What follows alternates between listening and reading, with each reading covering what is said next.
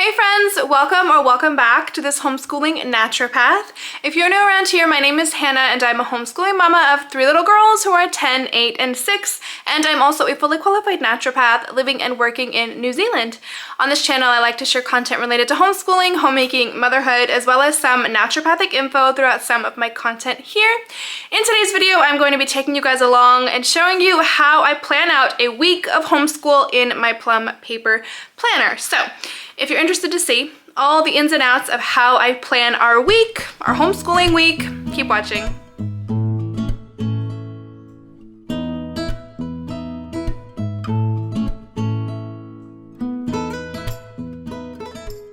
Okay, let's get started. Of course, I have my 2024 customized Plum paper planner.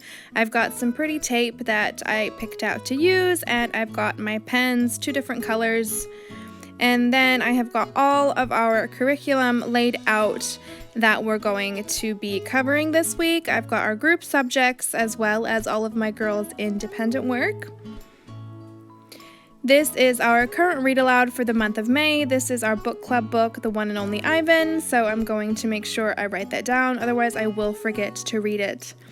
Our new science unit, and that science unit with bunny ears, is life skills for this term, and we're really excited to get into this. I think there's a lot of life skills that I probably need to brush up on, so I'm excited for that.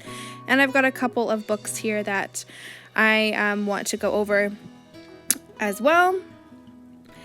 And then our history, still working through Story of the World Volume 3, as well as the Tuttle Twins America's History. So I'm going to be referencing all of this stuff in order to figure out where we are, so I can put that in my planner. Then, of course, all of my girls' independent subjects. I'm adding a couple of new things this term for my older daughter in particular. I'll talk about that when I get to planning her stuff. And then, of course, I've got my middle daughter and my youngest daughter's work here as well. So let's get to figuring out where we are and start putting all of this down in the planner.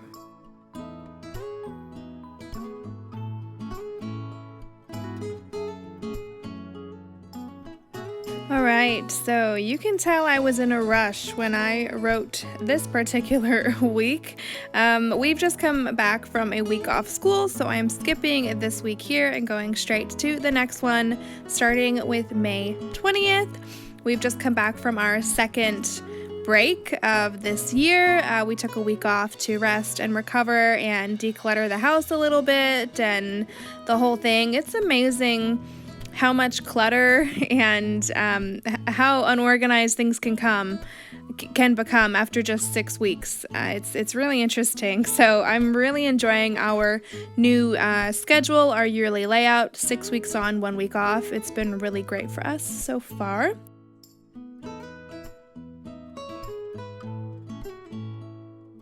So when I first begin to write out our plan for the week, I really like to start with any extracurriculars that we have on, any sport commitments, any homeschool group stuff, any appointments, anything like that. I like to put that in first, just so I'm aware of how to plan our homeschool week around those other commitments. And I just put those up in our morning basket area, just because I don't really have any exact place to put them, but I don't mind them being in our morning basket section. So this week is a busy week. My girls all have dance on a Tuesday. We've got a dentist appointment on Thursday. We have got sport with our homeschool group on Wednesday and a crafting session on Monday, which I just about forgot about, but I managed to get it in there and we got the crafting done, thankfully. The crafting session is a special thing run by our local library. There's a couple of beautiful librarians who have been tasked with trying to get more kids involved and interested in coming to the library.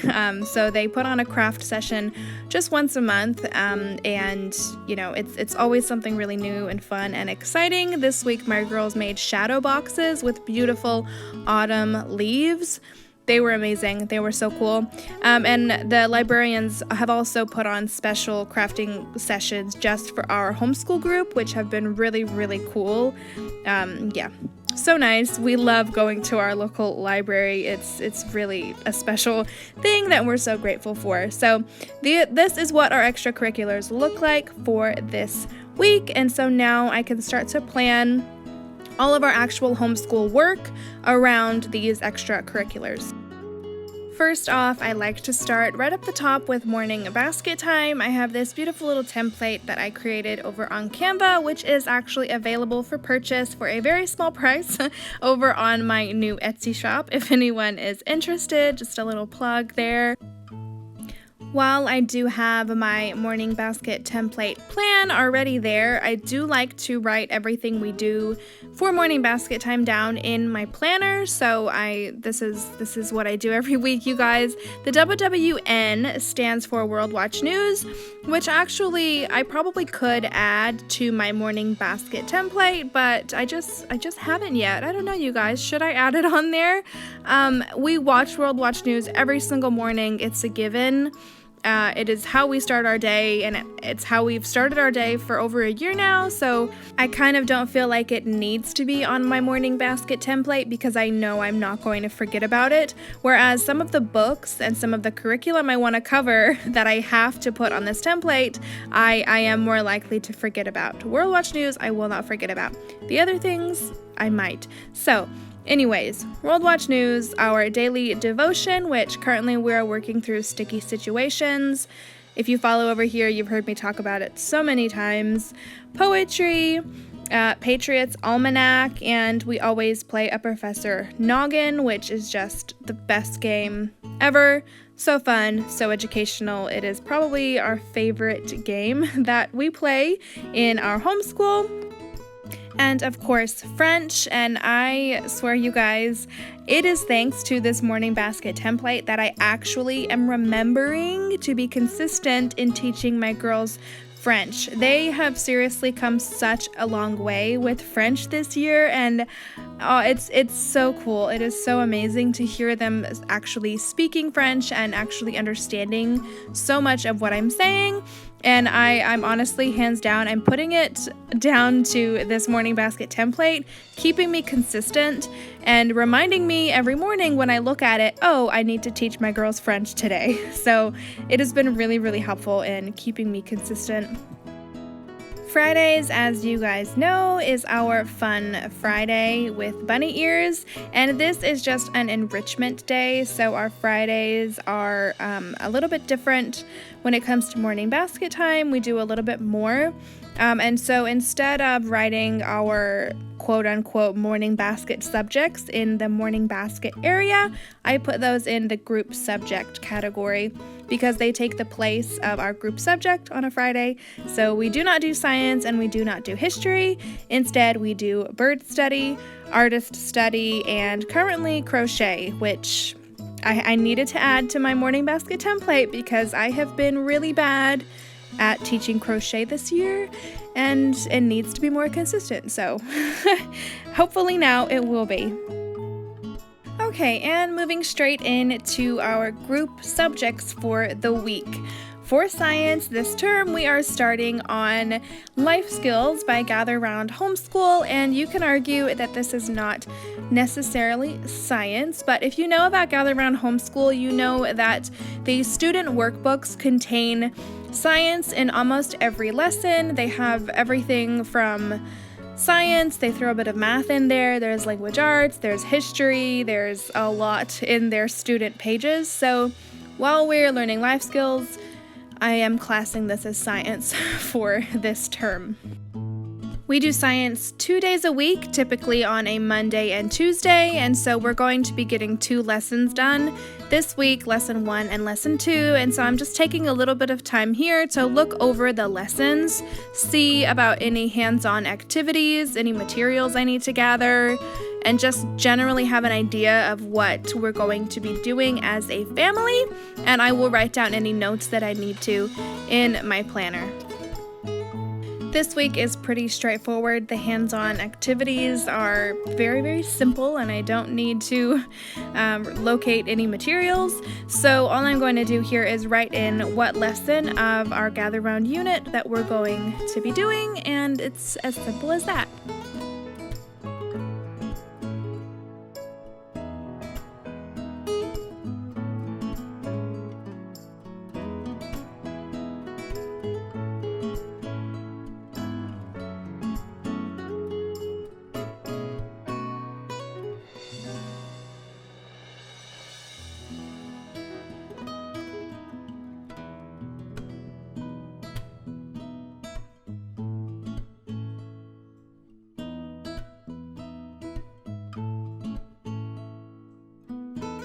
And as I am currently editing this, I'm noticing that I spelled functioning wrong. I apologize. And I think there's probably another spelling error coming up, which I've noticed as well. So I'm sorry, you guys. It was late in the afternoon when I filmed this video, and I was obviously a little bit tired, but here we are. You do not have to be a perfect speller yourself to teach your kids how to spell. So rest assured of that, my friends. Okay, and while I was in the States last year, I picked up this book here off Amazon by Fern Bow. It is called Life Skills for Tweens, and I was just going through it here to decide what chapter I wanted my oldest daughter to read, and I was kind of getting a general overview of the layout of this book just so that I can kind of match up what chapters she'll be reading as they correlate to the chapters we're learning in our Gather Round unit. So for this lesson, she read chapter 1 of this book here, and she actually really enjoyed it. And we found that there is a workbook that you can download. It's a free PDF, and you just click the QR code that's in the book. And so she's been having fun with those workbook pages, which is really cool.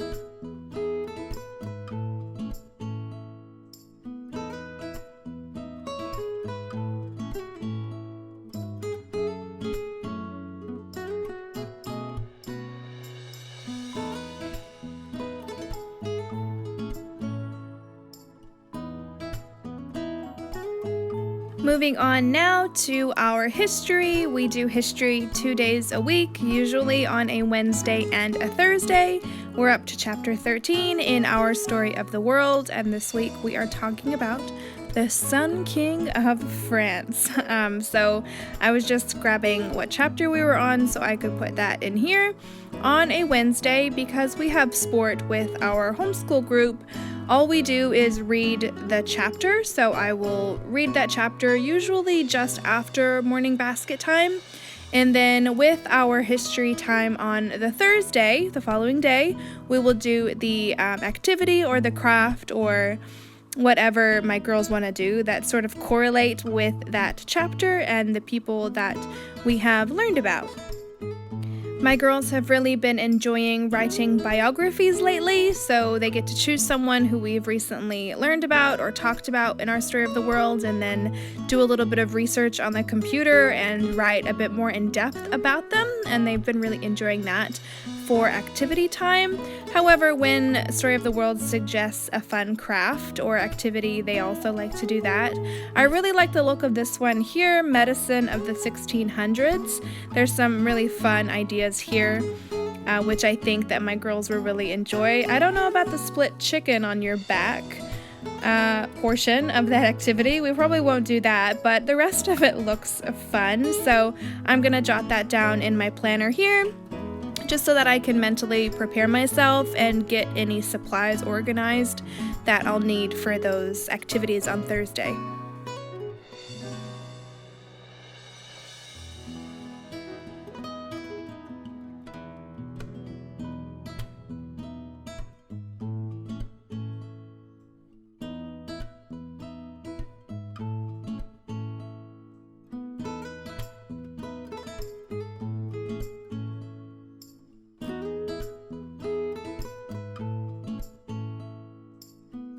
We're also trying to be really consistent with Tuttle Twins America's story. Up until this point, it has correlated perfectly with pretty much everything we've been talking about in our story of the world. However, at this point, it's not so much, just because now we're into like the history of France, and we've done Africa and Japan and, the whole thing. So it's not really correlating anymore, but I do want to continue reading at least a chapter a week. So in this case for this week, because it doesn't match up with our story of the world, I am going to add Chapter 4 of our Tuttle Twins book on a Friday morning during morning basket time. And we just listen to the audiobook of this. There's a free audiobook download when you buy the book directly from Tuttle Twins, and I highly, highly recommend that audiobook. The way that Tuttle Twins is written, I find can sometimes be quite difficult to read aloud, so I find it so much easier listening to that audiobook. And then here for my read alouds section, I am just putting the one and only Ivan down there. We are reading this book with our Homeschool book club for the month of May, and our book club meetup is coming up next week, so we need to actually get a move on and get this book finished before then. Sometimes we have more than one read aloud going at a time, and that is why I had that read aloud section made specifically for that.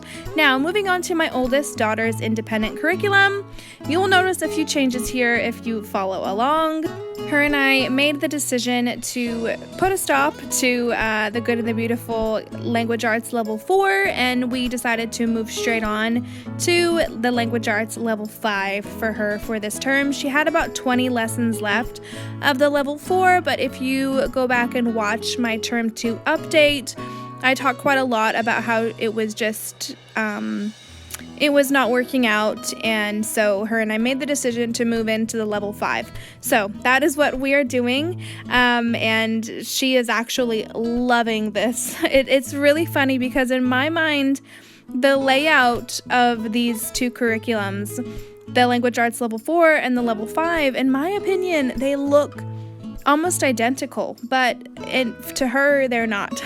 So she's really, really enjoying the Level 5, which is great, but yeah, I don't know. I don't really see a big difference, but hey, if it works, it works. So I am just putting down in her little category here, my oldest daughter is Arabella, I am putting down what lessons she will do of language arts for the week here. And for math, she is doing the Good and the Beautiful Math 4. She loves this curriculum. This is her favorite thing that she does in our homeschool, which is wonderful. So again, I am just opening up to the lesson that she's on and putting that down in my planner so that I know exactly what lesson she is supposed to be getting done each day. And this also keeps us on track to make sure that we're moving along at a good pace with all of our curriculum. Something new that I am adding in for her this term is typing from the Good and the Beautiful. I have had this curriculum lying around ever since we started homeschool 3 years ago, and we've not really used it. So I had a discussion with her and we decided to add it in as an elective for her. So she'll be doing typing 3 times a week as well. These typing lessons honestly take less than 5 minutes for her, and she's on our family Chromebook quite a lot anyway. She really likes to spend her free time creating documents over on Canva, which is so sweet. So yeah, I think having some better typing skills will prove very useful for her at this point. And obviously, as my younger two, as they get older, I'll incorporate typing for them as well. So now just going through and putting in all those language arts lessons. LA stands for the language arts, and then obviously math there as well.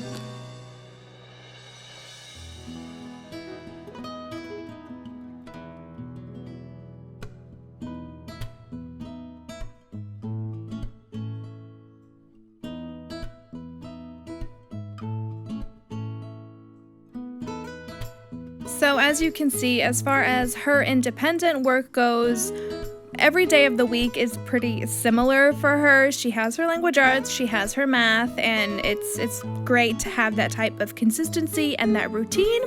However, it's also fun to sometimes mix it up, and that is what we do on a Friday. So right now, her and I are working on careers and trades. This is our new enrichment subject, and this is something that her and I do, just the two of us, and we do this only on a Friday afternoon. We spent the last 2 terms working through the Gather Round U.S. government unit. However, we kind of hit a brick wall with that, and she didn't want to go any further. So we're switching over to our next enrichment unit, which is the careers and trades, and she's really, really excited about this one. So I'm hoping she finds it a bit more enjoyable. This is just something extra I like to add. It's certainly not a necessity. Her and I worked through the entrepreneurship unit from Gather Round about 1.5 years ago, maybe even 2 years ago, and it was such a special time, just me and her reading through this unit, and we actually learned so much together. So ever since we did that entrepreneurship, I like to add in something just for me and her to do together that is special, that is just a her thing. So again, I like to kind of pre-read the lesson a little bit. I like to know any activities or, what discussion we're going to be having. I like to kind of mentally prepare myself. And then I'll put in what lesson we're going to be doing over in my planner for that day.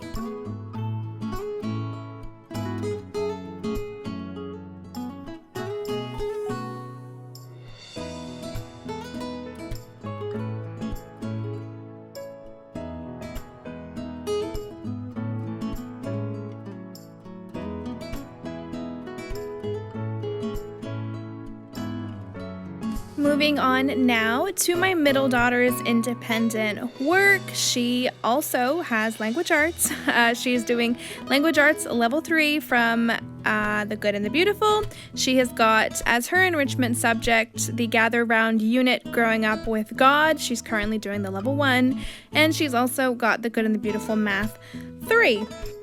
So again, I just like to go through what lessons we are going to be covering that week. We only do language arts and math 4 days a week, so it's very easy for me to just at a glance look over all of these lessons, mentally prepare myself, know what I'm in for. If there's any, things I need to put together, any activities, if I need like raisins or chocolate chips or something like that, then I can get those ready and make sure that we have them. And then once I know what lesson she's going to be doing, then I can start putting those down in my planner to make sure she's getting those completed throughout the week and to keep us on track with finishing this curriculum in a timely manner.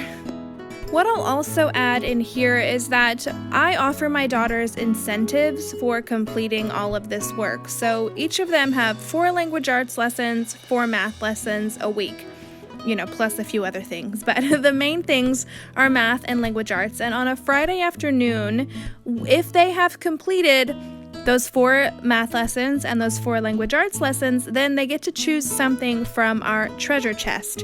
And so for them, it's a really big incentive to make sure that they have completed the lessons that I have written down for them to complete that week. So I'm just going to put that in here. If anyone's wondering, how do you make sure that your kids actually do these lessons? It's incentivized, they want to get these lessons done because they get offered a treat on a Friday afternoon if they complete all of this work. Now, does having incentives mean that my kids never complain and that they, never refuse to do work? Certainly not. They do have days like that where they don't want to get their work done, but they are very well aware of the expectations in our homeschool. 4 lessons of math, 4 lessons of language arts. This is what my husband and I expect of them, and there is consequences for not completing the work. So, they have a lot to consider when they sit and refuse to do work. No one wants to be the one person not able to pick from the treasure chest on a Friday afternoon. So anyways, all of that being said, here I am just jotting down the Growing Up with God lesson that I'll be doing with my 8-year-old this week. And now moving on to my youngest daughter's independent subjects. She has got handwriting from The Good and the Beautiful level 1. I am adding in Mindbenders level 1 for her. She has done their Can You Find Me logic in the past when she was younger.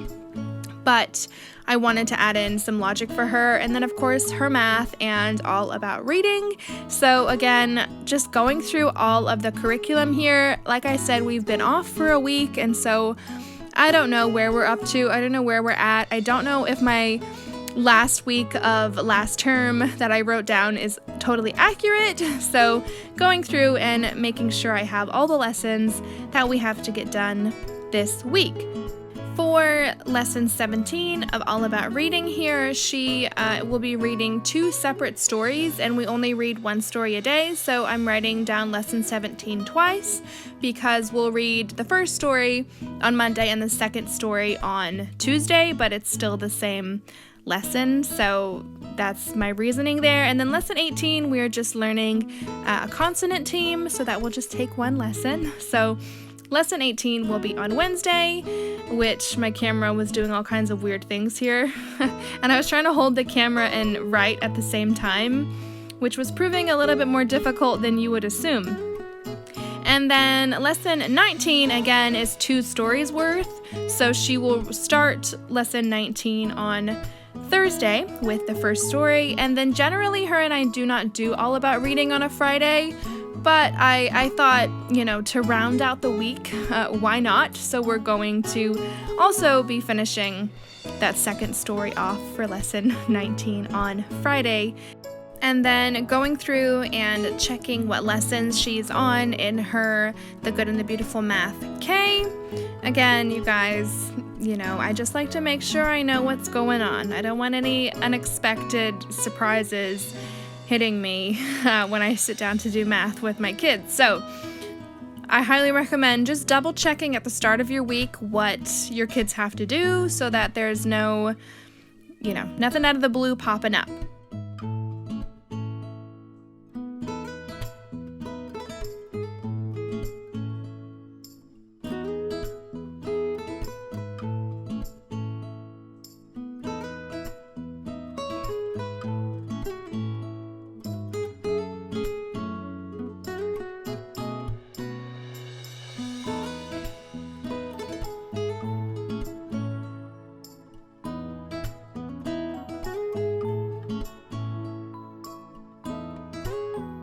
By this point in my recording, my camera would just not sit correctly on my stand, and it was moving all over the place, so I resorted to just holding my camera and trying to write at the same time, which was taking a lot of mental effort. So I apologize for any inconvenience this has caused you in your viewing experience today, because I noticed my handwriting was a little bit messier, and I was forgetting. I don't know if you noticed, but I kept having to look back at what lesson I was writing down. Anyways, and then on a Friday for her enrichment, she will do 2 pages of logic. Handwriting, she generally does at least 2 to 3 times a week. I like her to do 1 or 2 pages a day, depending on how she's feeling. She'll happily sit there and do like 5 or 6 pages at a time, but I have to kind of slow her roll because she'll tire herself out and then she's unable to do her reading lesson and stuff like that. So 1 page generally of handwriting every other day. And then on a Friday, in the place of handwriting, she does story writing instead. And I've got a special story writing book where she can just put down her own thoughts and ideas and draw pictures to go with her writing and the whole thing. And so that is her enrichment on a Friday that her and I do. And then the final category that I customized to be in my Plum paper planner here is my meal plan for the week. You guys know I usually always stay on top of my meal plan. This week I'm a little bit behind the game. I have not yet meal planned. However, I am still writing down my breakfast, lunch, and dinner categories here, and so once I finally get my meal plan for the week together, I will add those meals in to this category, and this just saves me from having to look at the back of my planner. This planner does include a special meals category, and as you can see, I've not gotten very far in my planning for this week, so I'm gonna get onto that next, but that won't be included in this video. And I also wanted to add in here our checklists. So last year I did a full checklist video, which you guys can go check out. I'll link that down below if you're interested, but this is just basically a way that I keep on top of where we're supposed to be in our curriculum in order for us to complete the curriculum by the time I want to complete it, if that makes sense. So I've kind of written out exactly when all of this curriculum should be finished by. And every week or so, I like to just go in and cross off the lessons that have been done. Of course, it's very satisfying crossing off lessons. And here I'm just crossing out the Good and Beautiful Level 4 completely because my oldest daughter has moved on to the Level 5, like I talked about earlier. And again, just going through and crossing off the lessons that have been completed here for all of my daughter's work.